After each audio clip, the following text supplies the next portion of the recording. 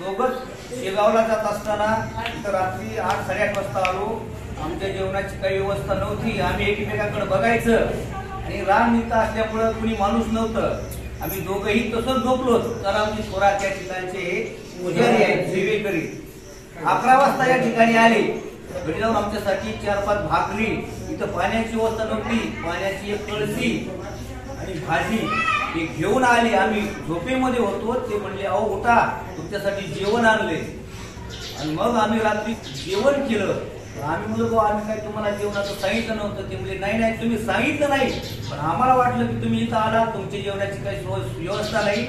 11 वाजता घरी जाऊन त्यांच्या पत्नीला त्यांनी भाकरी करायला लावल्या, पुन्हा घेऊन आले. आणि म्हणून हा असा एक या ठिकाणचा अनुभव मला एक थोडासा सांगावा असा वाटला. तिथून पुढे हे असणार आपल्या दिंडीचं वृत्त वाढत गेलं. दुसऱ्या वर्षी पुन्हा अनेक ठिकाणी ओळखी पडल्या, पंक्ती देत गेलो, आपली दिंडीची व्यवस्था होत गेली. पण हा अनुभव असा आजही माझ्या हृदयामध्ये आहे. आजही आम्ही दोघे एके ठिकाणी आम्ही सांगत असतो की आपल्याला तो अनुभव आलेला एक गजानन महाराजांचा चमत्कार आहे की रात्री 12 वाजता कसलंही यांना माहित नव्हतं इथं कोण आहे काय आहे, पण 12 वाजता भाकरी घेऊन आले. आम्ही जेवण केलं आणि नंतर ते घरी गेलेले आहेत. असा अनुभव या ठिकाणी आलेला आहे. कालच त्या ठिकाणी फार मोठा उत्सव झाला. तर उत्सव झाला तर आम्हाला त्यांनी थोडी बुंदी 8 वाजता दिली होती.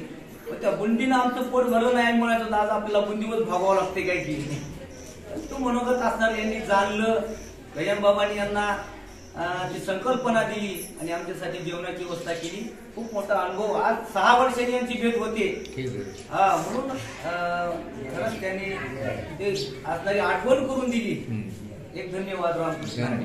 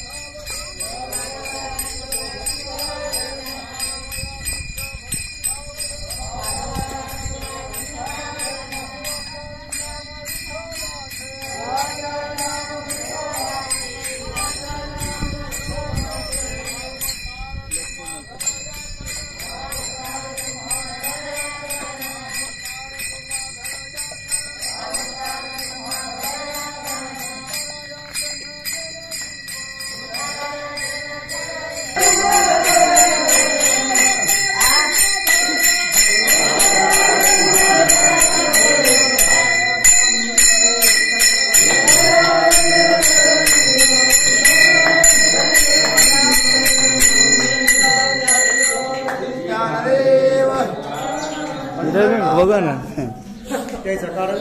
बघा ना